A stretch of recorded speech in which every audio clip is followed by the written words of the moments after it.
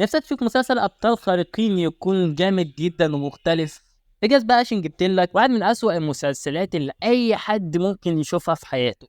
ليه؟ هقول لك انا. المسلسل ده مليان عنصرية، مليان مشاهد، بابا بوي. مليان كلام مش لطيف، ودمه تقيل، وبوظ سمعة الابطال الخارقين في نظري. يعني انا مش هعتقد ان انا اشوف اي عمل تاني له علاقة بالابطال الخارقين بعد ما شفت ذا بويز وبعدين انفيزيبل، يعني اللي هو انفينسيبل، يعني اللي هو اوكي مش مشكله.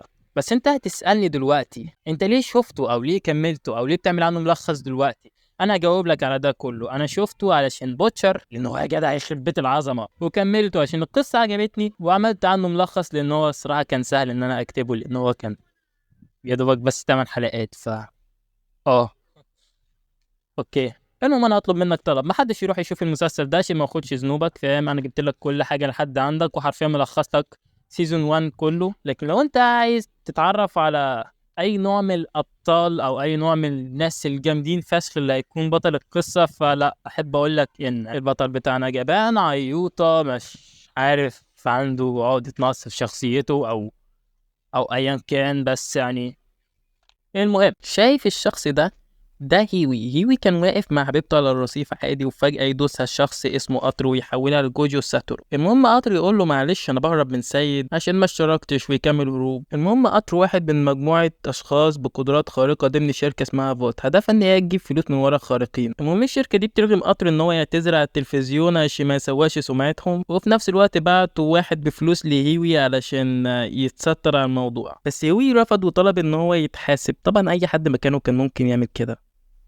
تقريبا انا كنت هرفض برضو يعني، تقريبا. وهنا يظهر بيلي بوتشر، او خلينا نقول تريفور نسخة سوق التلات. المهم فاهم يوي انه من الاف بي اي، وان هو قد ايه بيكره الشركة دي، وعرفوا ان السبعة دول عالم ولاد كلب، بالذات هوملاندر اللي هو اكتر بطل اناني وسخ حقير ابن كلب وطفولي ومهووس. بابا بوي. المهم حطوا خطة. الخطة كانت ان هيوي يوافق على اخذ الفلوس، ولما يمضي على الورق يلزق جهاز تصنت تحت ترابيزة الاجتماعات، بس يشوفوا لوح ازاز واللي يفضل ماشي وراهم. واول ما هيوي يدخل الشغل ينزل في لوح الازاز ضرب، وقبل ما يقتله يخش فيه بوتشر بالعربية ويتخانقوا مع بعض، وفي الاخر هيوي يكهربه بابا. ويغمى عليه. بعدين ياخدوه عند واحد اسمه فرنشي واللي شبه احمد حلمي على فرنساوي شويه. المهم يحاولوا يقتلوه، لكن مفيش حاجه كانت بتاثر فيه عشان جلده صلب بسبب الكربون اللي فيه وكده. وبالصدفه احمد حلمي كان بيتفرج على ناشونال جيوغرافيك وشاف فيديو السلحفاه، وهنا جات له اذكى فكره في التاريخ، ولقى ان السلحفاه من بره صلبه لكن من جوه عادي. فهو فكر ان اخيرا ممكن يكون كده، جلده من بره ناشف لكن من جوه عادي زي اي بني ادم. راح المعلم عمل خطه عبقريه، واللي هي انهم يزرعوا قنبله. بابا بوي. يعني في بابا بوي. المهم بعد ما عرف اللي عملوه فيه، راح اداهم كل المعلومات اللي هم عايزينها. بس هوملاندر ما كانش ساكت، كان قاعد بيدور عليه، ولما الاخ حاول يهرب راح يقوم فرقعها له. المهم في عالم موازي في بنت اسمها اني وشهرتها ستارلايت انضمت للفريق بتاع هوملاندر، واستقبلها اكوامان نسخة سوق الجمعة بطريقة سيد. المهم هوملاندر يفجر طيارة العمدة علشان يهدد المديرة بتاعته، يعني ده السبب من غير اي مفاوضات او اي حاجة يعني. شيت. المهم بوتشر راح لصاحبه امينيم علشان يعملوا تيم يقضوا بيه على الشركة، ويحصل حوار كالآتي. خلاص يا اسطى، انت هتكذب وهتقول ان وحشك، وانا هكذب واقول انا كمان. هات من الاخر، عايز ايه؟ عايزك تشترك. لا، سيد هيجيلك. تمام، اشتركت. المهم استخدموا المعلومات اللي خدوها من لوح الازاز واخترقوا كاميرات شقة حبيبة الاخ قطر، وبعدين عرفوا انهم بيستخدموا حاجة اسمها المركب في علشان يحافظ قطر، او خلينا نقول فرانكن عشان زهقت. المهم عشان يحافظ فرانكلين على سرعته. والمهم بعدها البنت تقتل حد في الشقة، والشباب يعرفوا من الكاميرات، وبعدها يتفاوضوا معاها أو يهددوها، بمعنى صح إنها تعرفهم المكان اللي بتجيب منه مركب فيه. طبعا أنت هنا هتقول لي بنت خارقة ممكن تقتلهم في أقل من لحظة وتخفي الجريمة بتاعتها، صح؟ صح؟ غلط.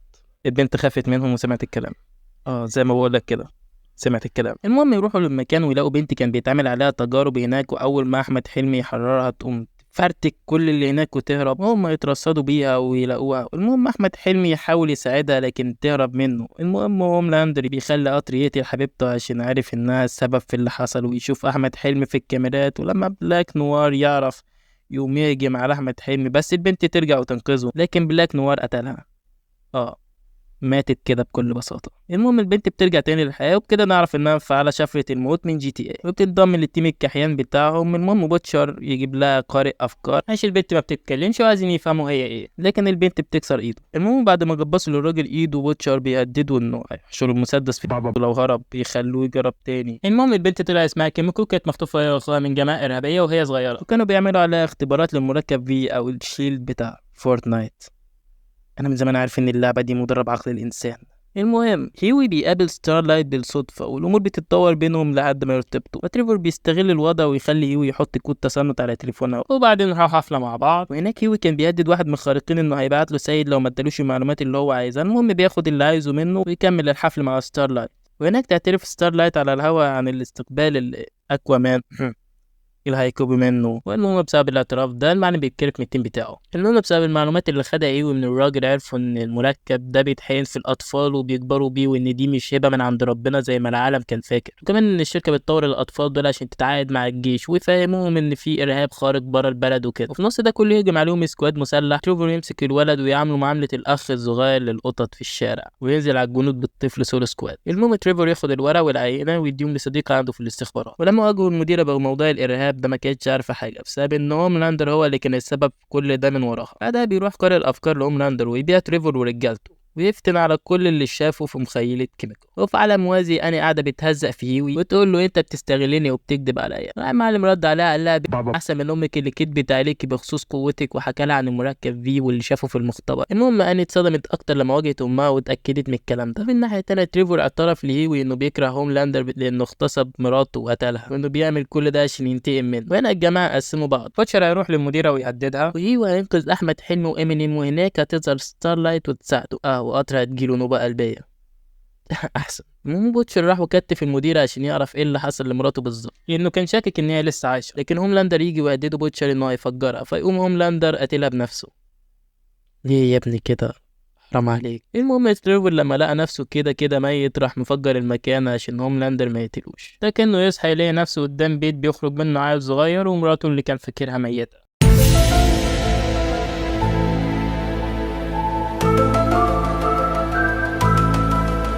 وبس كده، ده احداث السيزون الاول. لو عايز نعمل فيديو تاني عن المسلسل اكتب لي رايك في كومنت تحت، وانا كده كده مش هعمل. عارف ليه؟ عشان داخل الجيش. ولو تسالني عن تقييمي للمسلسل فانا احب اقول لك ان هو تراش، سيء، زباله، معفن، اي حاجه من النوع ده. ليه؟ لان انا ما بحبش السينما اللي بيكون فيها مشاهد 58 بلس، لان هي بتبقى ديسكاستنج قوي يعني، اللي هو خصوصا ان الجماعه دول زودوها يعني، فاللي هو اوكي. وبس كده، اشترك احسن ما سيد يجيلك. كل شخص اشترك انا احب اسيب لك هديه قبل ما اروح الجيش، لان ده احتمال يكون اخر فيديو اعمله، لان انا لقيت عبد بعد كده يعني. المهم يعني دي هديه لكل الناس اللي اشتركوا عندي وكل الناس الموجودين عندي في القناه. يلا جاهزين؟ 1 2 3.